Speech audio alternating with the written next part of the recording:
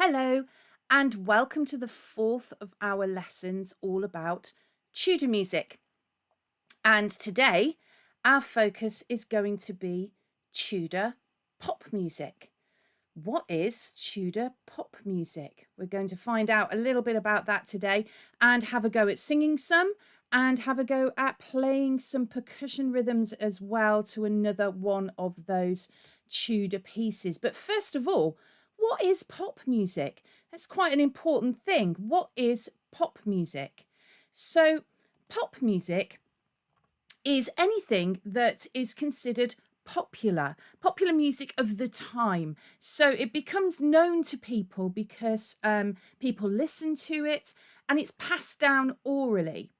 But there's also another definition, which means that it can also mean a specific type of popular music. So if you think about pop music, you might think about, I don't know, I'm old, so, Ed Sheeran and Take That and Little Mix. They would all be pop music. They are the popular music of the time, but they are also of a specific genre, which is called pop music. And we sort of associate it with the music that's in the charts at the time. But in Tudor times, you didn't have a pop chart. You hadn't got stereos, radios, MP3 players, YouTube. They didn't exist. Back in Tudor times, they didn't have electricity. They didn't have any means of doing any of that. So pop music for them was the first definition. It's that popular music of the time that is passed down to people through listening to it and being passed down orally. So they sing it, they hear somebody singing it, they learn to sing it as well. They hear somebody playing it, they learn to play it as well. And that's what makes the music popular. Okay, now that's important to sort of put it into context so that you're familiar with what that definition actually means and what we're looking at today. So we're going to be looking at a piece of music called Pastime with Good Company. And it's actually by Henry VIII. We know that for definite because there is documented evidence that he wrote Pastime with Good Company. It's an English folk song by Henry VIII, and it's also known as the King's Ballad. And it was written about 1530. There's no specific date being given. So when you see reference to it in books and things like that, it'll have a little C in front of it, circa 1530, which means around about 1530. Henry was in his teens or in his early 20s about the time that this was written, and it's considered the most famous of all of the pieces of music that he wrote. And he did write compositions, he did write music. It became a very popular song in England and in Europe, and it was written to be performed at court for the ladies and the lords.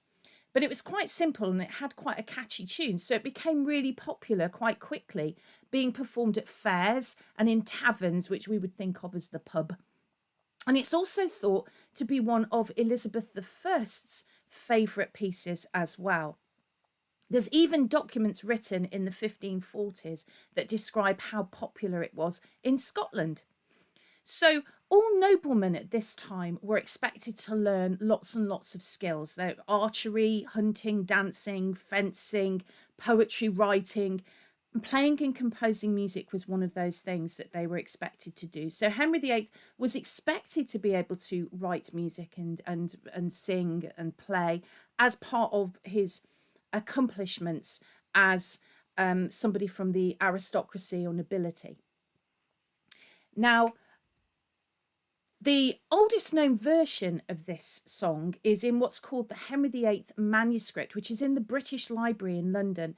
And it contains 14 pieces that it actually says are signed by the king's hand. And it's thought that the song was written for Catherine of Aragon, which is an interesting thing when you think about, his wives and all of that sort of stuff. It's written in his teens for Catherine of Aragon. That's what he's believed. I mean, we'll never know 100% that that's the case. We can't 100% prove it. Now we're going to have a little listen to Pastime with Good Company.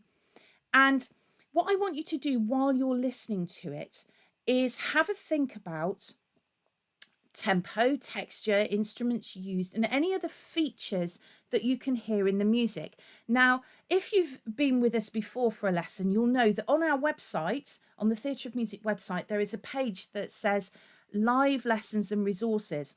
And on that page, there is a worksheet, handout, however you want to sort of refer to it. All of the information that we're going through today in the lesson is on that sheet, but also there's space for you to answer these questions that we're doing. However, you don't have to have that. It's not compulsory. You can do this lesson just as well without. If you have got it, brilliant. You'll need it now. If you haven't, maybe a piece of paper and a pen or a pencil to jot your ideas down as you're listening to the song. So you're going to listen to Pastime with Good Company, and I want you to think about the music that you're hearing. Describe it to me. I've only given you a few words there to sort of kick you off. You might think of other things as well. So think about the tempo, think about the texture, how many parts you can hear. Tempo is how fast or slow it is. Think about the instruments that you can hear. There'll be Tudor instruments, so which sort of instruments are there? And are there any other features that you can identify as you listen to it? So let's get it all set up so that you can have a listen. Pastime with Good Company. Pastime with good company, I love and shall until I die. Grudge who lust, but none deny. So God be pleased, thus live will I. For my pastance, and sing and dance, my heart is set. All goodly sport, for my comfort, who shall me let? Youth must have some dalliance, of good or ill some pastance. Company methinks them best, all thoughts and fancies to digest. For idleness is chief mistress of vices all. Then who can say but mirth and play is best of all?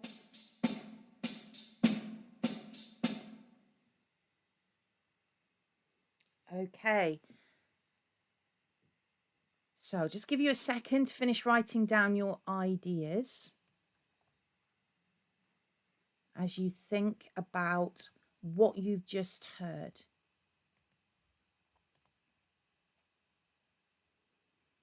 Okay, so first of all, let's think about the tempo. Pastime with good company. It's relatively fast. It's not slow and dirgy. There's a little bit of a bounce to it. Texture-wise, you've got the voice, and then you've got other instruments being played as well.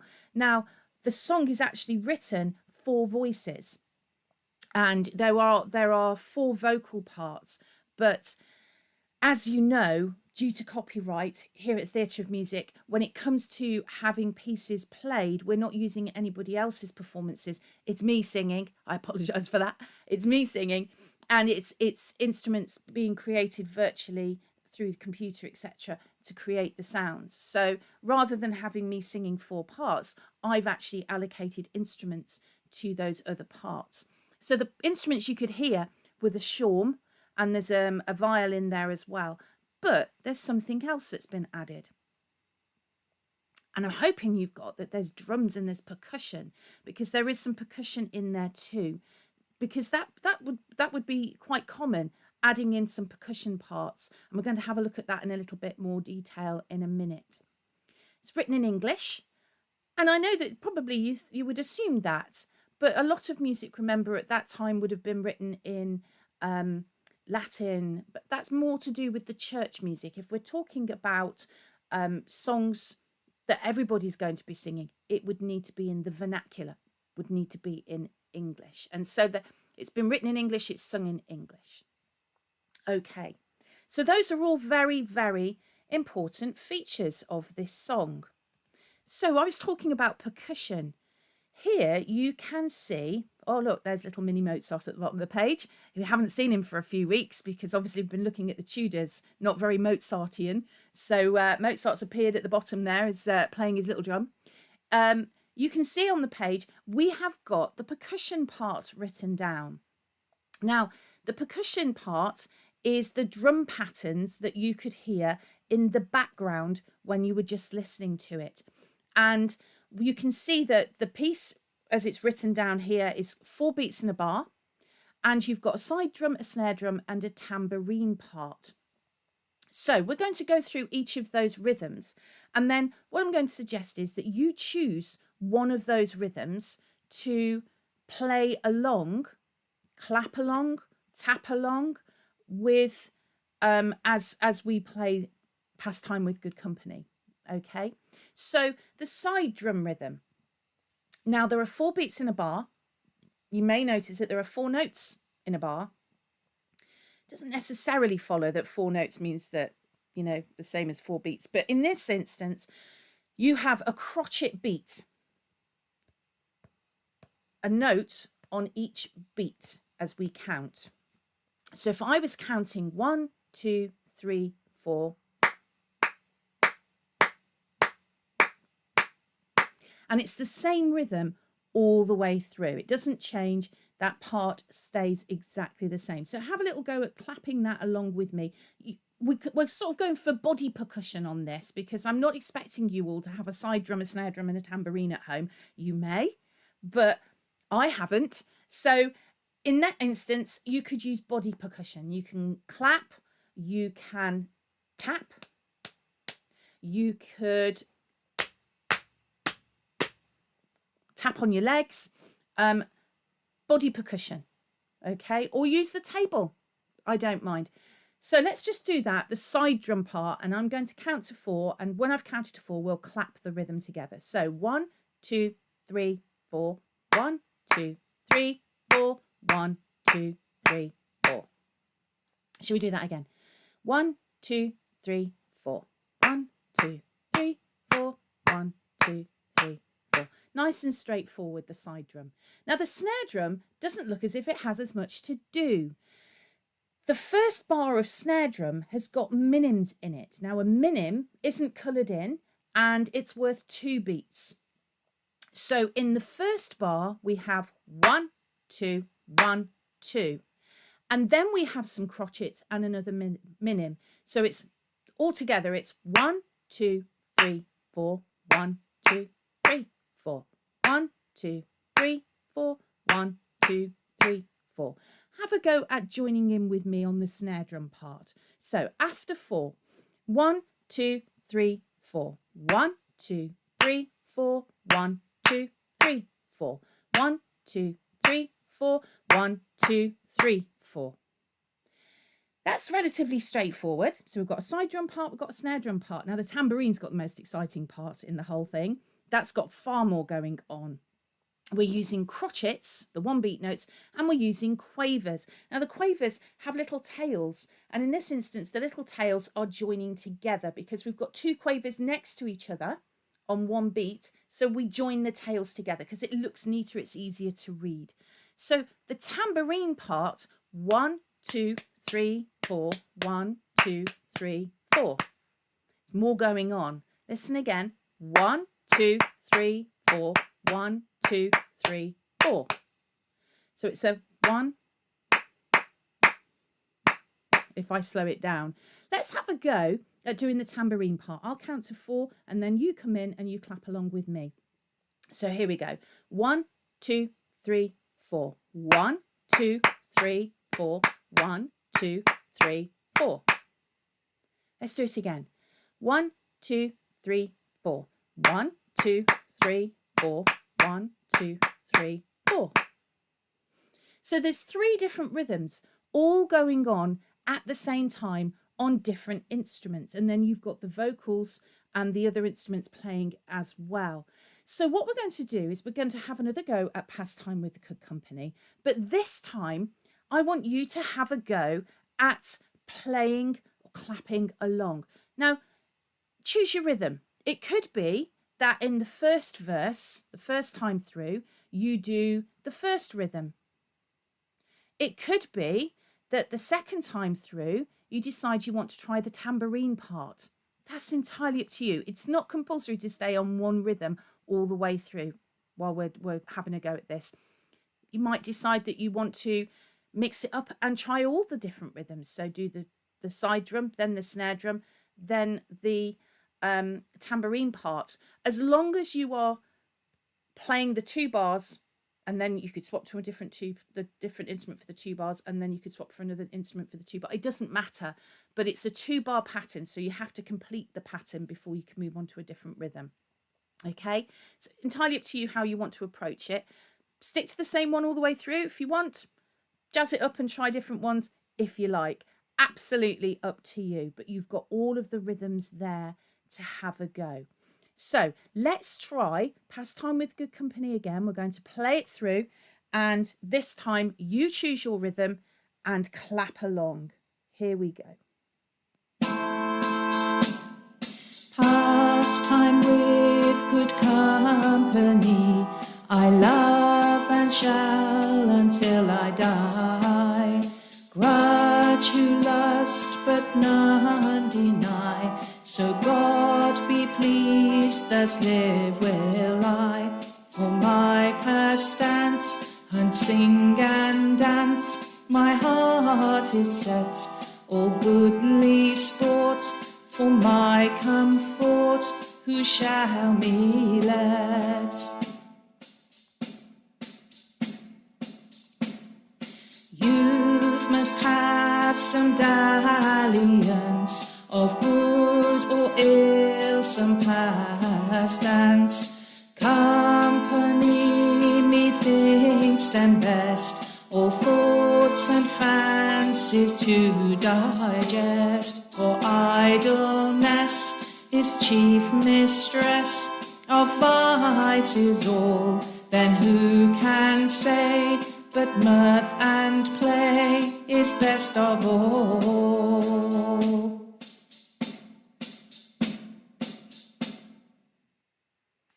There we go. How did you get on? Did you manage to keep in time? Did you manage to keep in time with that rhythm? Now, the thing is as well, on the Theatre of Music website, theatreofmusic.com, on that live lessons page, if you wanted to have another go at creating, clapping these rhythms and playing along with them, all of the sound files are on that page so that you can click on them and listen to what we're listening to during the lesson today. So you can keep going back and finding those and using them. They're not going to go anywhere. They will be staying there. And on the worksheet, the handout that's available, this rhythm idea is written down so that you can see the rhythms and so you can go back and have another try at it. So all of those resources are there for you. Don't think, oh, well, I've only done it the once, I wanted to have another go at it. You can go back and you can do it again. So that's not a problem. So let's have a look at how Pastime with Good Company by Henry VIII is still popular today. Now, it's used in films and documentaries about the Tudors. It's quite a common thing for that to happen. It's been recorded for lutes and recorders and things like that. If you have a TV program about the Tudors and Henry VIII, it's quite possible that you'll hear a version of this. But also, it's appeared in some pop and rock songs. I really enjoyed researching this bit because I love my rock music, and I discovered a rock band from Austria that are called Serenity, and they use historical figures to create songs, and one of them is about the Tudors, and they've used Pastime with Good Company at the start of their song. And it's quite recent. I mean, it's about 10 years old now, but it's really good. I've thoroughly enjoyed that. Really enjoyed researching that. That was a bit of fun. It's lovely when you find these old pieces of music being reinvented and reused and stuff, because we learn from history. It's nice that there's this sort of nod to what's gone on in the past. So let's move on from Pastime with Good Company and let's have a look at another piece of music that is tends to be associated with Henry VIII.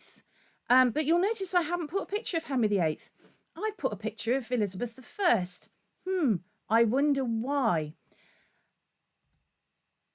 Greensleeves, controversial, Greensleeves was not written by Henry VIII. It's a myth. It's been sort of proven since that it couldn't have been written by Henry VIII. Everybody assumes it's been written by Henry VIII because it's one of those things that's been sort of passed down from generation to generation. Oh yes, Greensleeves, it's about Anne Boleyn and Henry VIII wrote it. No, absolutely not. Research has shown that it's based on an Italian style of music that didn't reach England until after Henry VIII had died.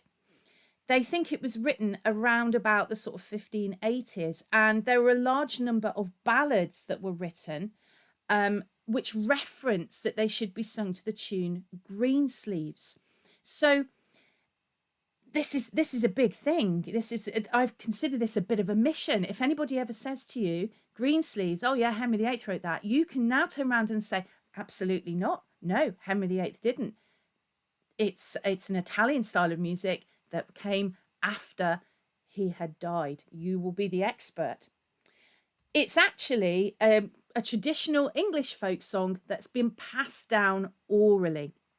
And Shakespeare refers to it in his play, The Merry Wives of Windsor, which was published in 1602.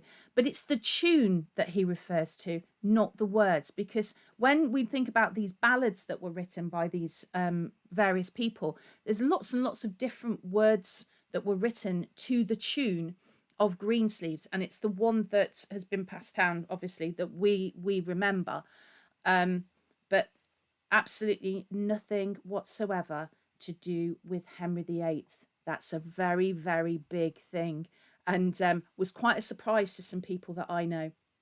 Now, we're going to have a listen to Greensleeves, and just as you did before with Pastime with Good Company, I want you to have a think about listening to the piece of music, think about the tempo, think about the texture, think about the instruments that are being used, and anything else that you think is important when you're listening to it. Okay, so we're going to just have a little listen to it, and you can write down your ideas.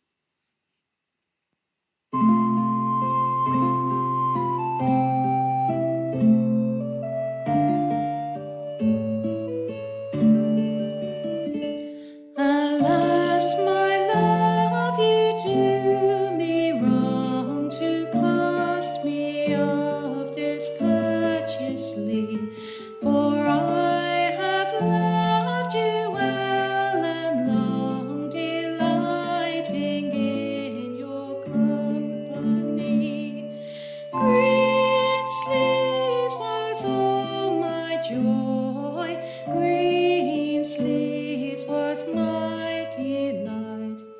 Greensleeves was my heart of gold, and who but my Lady Greensleeves? I have been ready at your hand to grant whatever you would crave. I have both wagered life and land, your love and goodwill for to have. Greensleeves was all my joy, Greensleeves was my delight. Greensleeves was my heart of gold, and who but my Lady Greensleeves? Okay, write down some of your ideas. Think about what you've just listened to. So, tempo-wise, was it fast or was it slow? I think it's quite slow, very gentle. Texture. How many parts? Are there as many parts as we heard in Pastime with Good Company? or are there fewer parts? So is it a thicker texture or a thinner texture? It's actually a little bit thinner. There's only a few instruments being used, and that takes us nicely onto instruments because we've got a lute playing and a recorder and then the voice. Okay. Are there any other features? It's got it lilts. It's in a time signature that we call 6/8, and I wouldn't expect you to necessarily know that, but it's got a 1, 2, 3, 4, 5, 6, 1, 2, 3, 4, 5, 6 feel to it. So it just sort of lilts. It's very gentle. Okay. So there's no sort of drum patterns going on behind it. It's not all exciting and all of that. What we're going to have a go at doing is singing it. So in front of you, you have the music and words for Greensleeves. I'm going to read it through for you so you understand how it works. So we read the top line of words first because that's the first verse. Alas, my love, you do me wrong to cast me off discourteously, for I have loved you well and long, delighting in your company. It can be difficult to read lyrics. I know that when you're following them on music like this because it splits the syllables up. But it's good practice for you to do this because it means that later on you can sing anything because you understand how it works. So we've done the verse and then we sing the chorus. Green sleeves was all my joy, green sleeves was my delight, green sleeves was my heart of gold, and who but my lady Greensleeves. And then you see I. And then you go all the way back to the beginning, but you start singing the second set of words. I have been ready at your hand to grant whatever you would crave. I have both wagered life and land, your love and goodwill for to have. And then you sing the chorus again. Green sleeves was all my joy, green sleeves was my delight, green sleeves was my heart of gold, and who but my lady Greensleeves. And the second time you sing the Greensleeves word, you go to the second box. Okay, so the first time we do the first box, the second time we do the second box. And we call those first time bars and second time bars because you do it the first time and then you do it the second. So let's have a little look at the first set of lyrics and see if we can learn it. So that's our starting note. I think you know the tune. Most people know the Greensleeves tune, but if you don't, just try and join in. So after 2, 1, 2. Alas, my love, you do me wrong to cast me off discourteously, for I have loved you well and long, delighting in your company. How did we do? Shall we try that first verse again? And then we'll have a look at the chorus. So, after 2, 1, 2. Alas, my love, you do me wrong to cast me off discourteously, for I have loved you well and long, delighting in your company. And then we jump right up for the chorus. Greensleeves was all my joy, Greensleeves was my delight, Greensleeves was my heart of gold, and who but my lady Greensleeves. And then we go back and sing the second set of words. I have been ready at your hand to grant whatever you would crave. I have both wagered life and land, your love and goodwill for to have. And then we sing the chorus again. The Greensleeves was all my joy, Greensleeves was my delight, Greensleeves was my heart of gold, and who but my lady Greensleeves. So let's have a little go at singing along with the recording and see how you get on. See if you can sing it all the way through with the recording. And as I say, all of this stuff is on the website, so you can go back and use it. Here we are.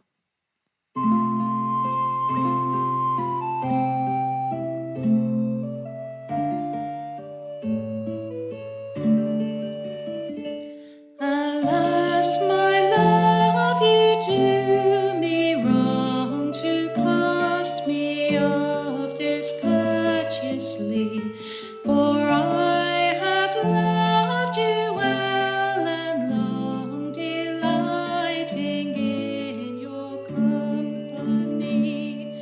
Green sleeves was all my joy, green sleeves was my delight. Green sleeves was my heart of gold, and who but my lady green sleeves? I have been ready at your hand to grant whatever you would crave. I have both wagered life and land, your love and goodwill for to have. Green sleeves was all my joy, green sleeves was my delight. Green sleeves was my heart of gold, and who but my lady green sleeves?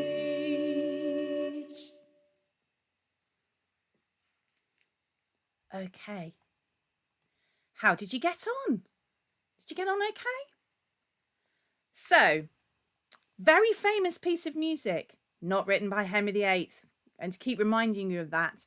So, how is it still popular today? Well, it is still popular today because otherwise you would probably not know it. And so that's quite a fundamental thing. Ralph Vaughan Williams created 2 orchestral pieces using Tudor music, and one of them is the Fantasia on Greensleeves. So there is a version of it for orchestra that is played like for a symphony orchestra. It's a very beautiful piece of music, and he's used that Greensleeves idea, and he wrote it in the 20th century. So obviously a long time after Greensleeves was originally written.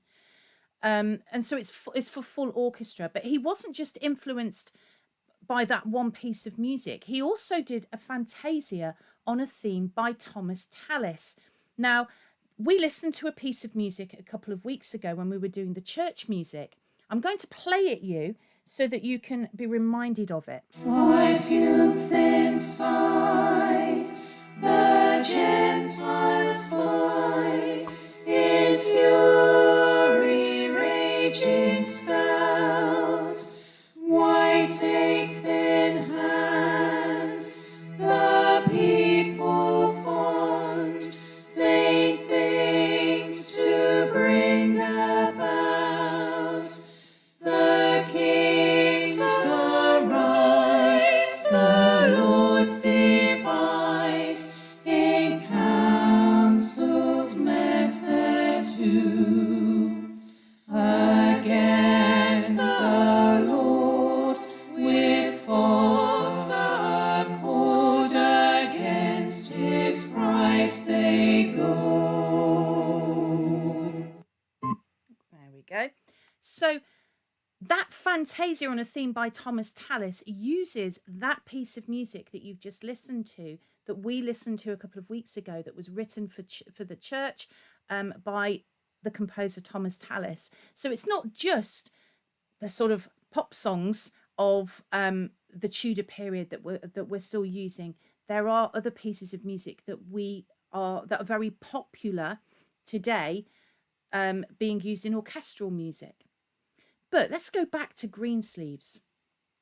It isn't just used in orchestral music. It's used in films and TV programs, again, when we're talking about the Tudors, and ironically, very often when we're talking about Henry VIII, even though he didn't write it.